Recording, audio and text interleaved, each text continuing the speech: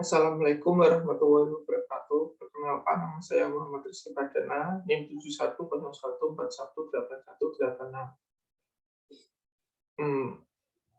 Pertemuan hari ini saya akan menjelaskan tentang mata pelajaran korespondensi untuk kelas 10 semester 1.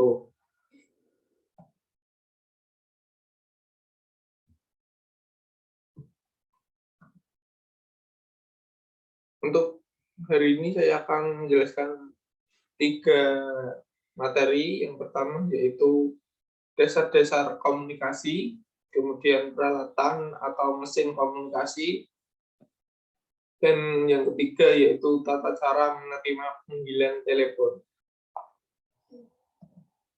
Untuk yang pertama yaitu dasar-dasar komunikasi kantor. Untuk pengertian komunikasi terdapat 3 pengertian, yaitu yang pertama menurut kamus umum bahasa Indonesia, komunikasi berarti hubungan. Yang kedua yaitu menurut ensiklopedia. Menurut ensiklopedia, pengertian komunikasi ialah penyelenggaraan tata hubungan kegiatan menyampaikan fakta dari suatu pihak ke pihak lainnya.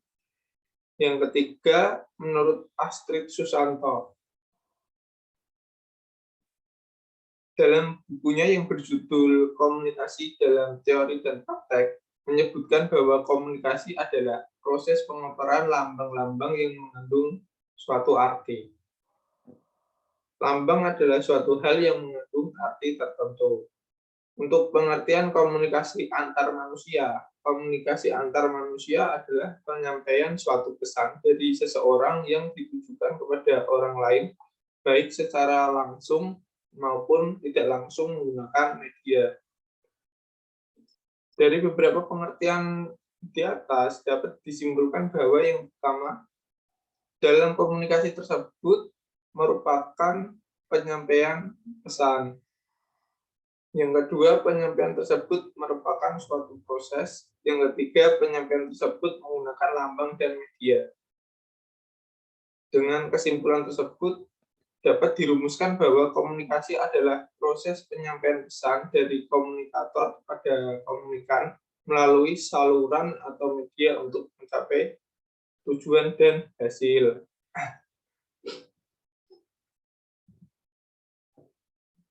Terdapat 5 komponen dalam komunikasi. Yang pertama yaitu komunikator. Komunikator adalah pihak yang menyampaikan pesan kepada komunikan, dapat dilakukan oleh perseorangan ataupun kelompok. Yang kedua yaitu pesan. Pesan adalah rangsang yang dipancarkan dari komunikator pada komunikan. Pesan dapat berupa kata-kata atau verbal, misalnya seperti pujian, caci maki, berita. Pesan juga dapat berupa kata-kata, bukan kata-kata atau non-verbal, misalnya body language atau bahasa isyarat, kemudian suara, warna, dan sebagainya.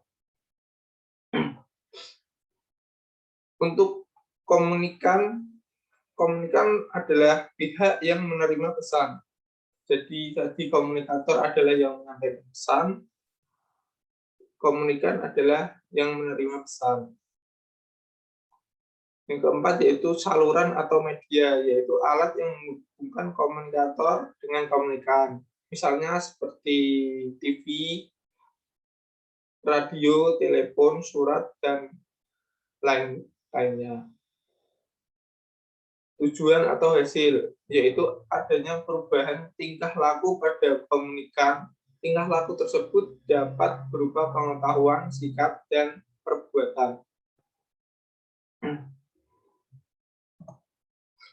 Yang kedua yaitu proses komunikasi. Dapat dilihat bagian dari proses komunikasi tersebut, siapa yaitu yang menyampaikan pesan, yaitu si komunikator. Kemudian komunikator menyampaikan pesan kepada komunikan dengan caranya, dan hasil yang diperoleh yaitu sebuah umpan balik maupun feedback.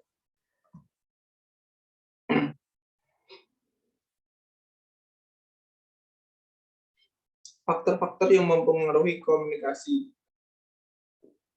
Faktor pendukung atau keberhasilan komunikasi. Kepandaian komunikator dan komunikan.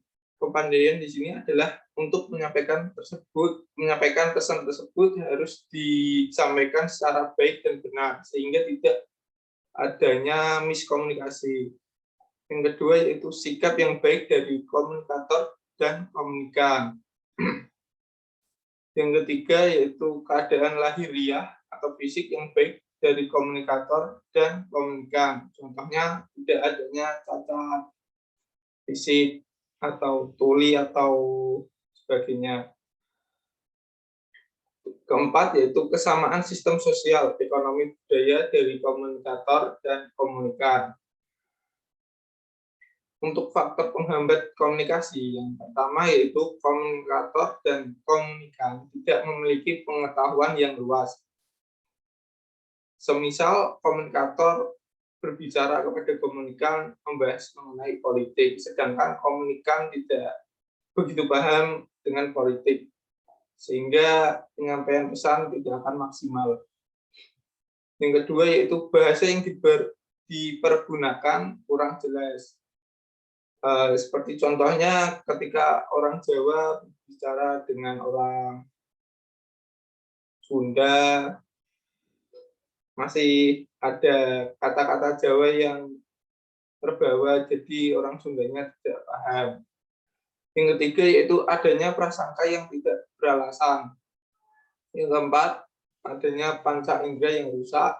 Ya, tadi kalau komunikan memiliki kekurangan di indera pendengarnya, jadi bisa menyebabkan miskomunikasi. Kemudian yang kelima, adanya alat komunikasi yang rusak. Bisa berupa sinyal maupun HP-nya yang rusak, sehingga penyampaian tidak dapat dilakukan secara maksimal. Yang keenam yaitu sikap yang kurang bijaksana. Yang ketujuh, komunikasi satu arah, tidak ada tanggapan. Jadi komunikan hanya diam saja, sedangkan komunikator banyak bicaranya seperti itu.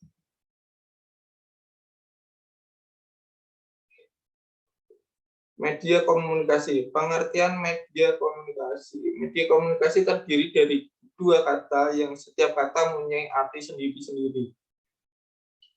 Media berarti alat bantu untuk mencapai tujuan, sedangkan komunikasi berarti suatu kegiatan untuk menyampaikan pesan atau berita.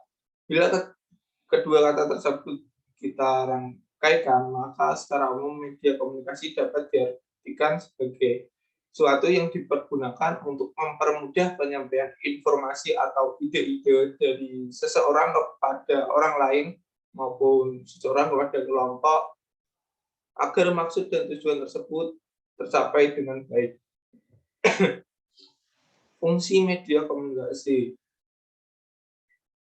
Secara umum untuk media komunikasi mempunyai fungsi sebagai berikut. Yang pertama untuk memperjelas komunikasi. Yang kedua, untuk mempermudah penyampaian pesan.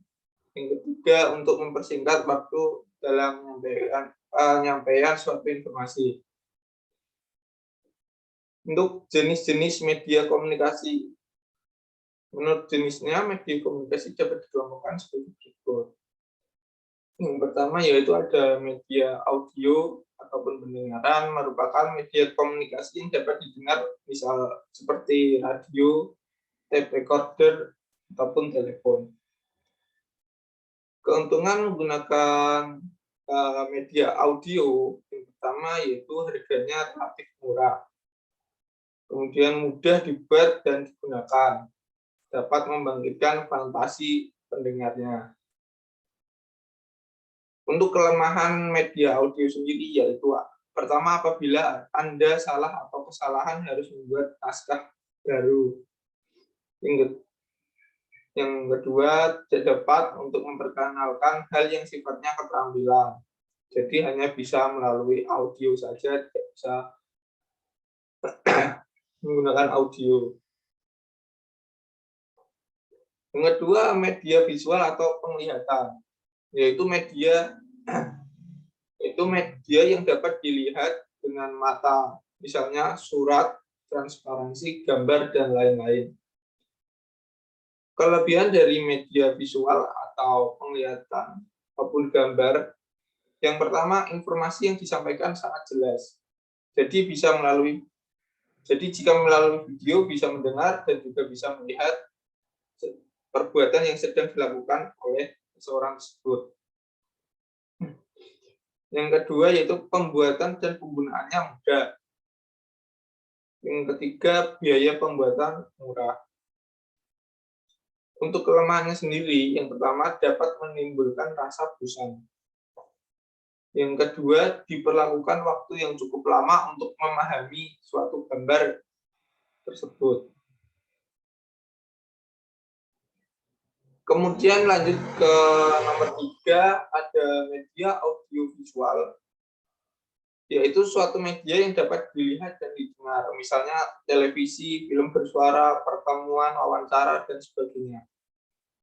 Dan keuntungan dari media audiovisual sendiri yang pertama yaitu informasi yang diterima sesuai dengan kenyataan. Yang kedua, mudah cara penyampaiannya.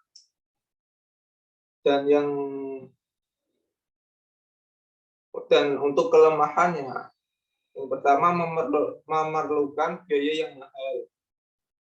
Yang kedua, memerlukan persiapan yang lama.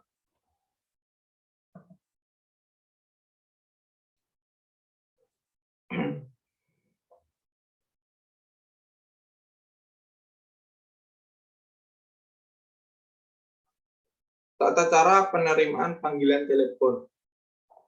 Yang pertama yaitu segeralah angkat jika telepon berdering. Yang kedua, ucapkan salam begitu Anda mengangkat telepon. Ketiga, bila penelepon menanyakan orang lain, tanyakan nama dan identitas orang yang dicari, sehingga memudahkan untuk pencarian orang yang dimaksud oleh si penelepon.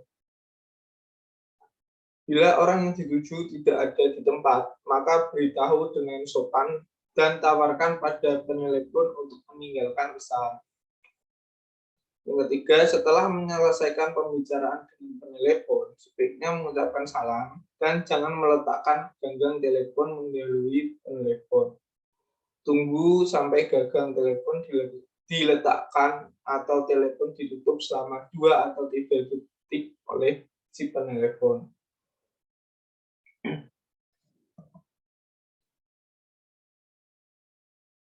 Ya, materi pada hari ini sudah selesai.